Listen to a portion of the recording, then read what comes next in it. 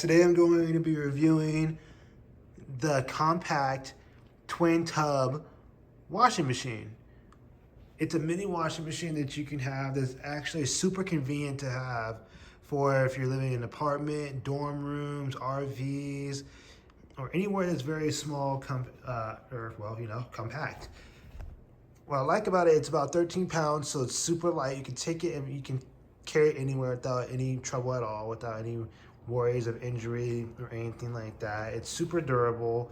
It does small loads, but you can do small loads and knock all your loads out in probably about an hour or so, depending how many loads you have. But I know I live alone. I do about 3 loads a week or two, about a week. And roughly it takes about 40 minutes. The notches go to about 15 minutes to the max. So if you want to do the same load but wash it again, you can just rewind and go back and do another 15 minutes. So you can be very thorough with your washing, and it's very convenient. Works by the knob. All you gotta do is plug it in, fill it up, and it's ready to rock. This is super nice and convenient to have. It's come through for me so much.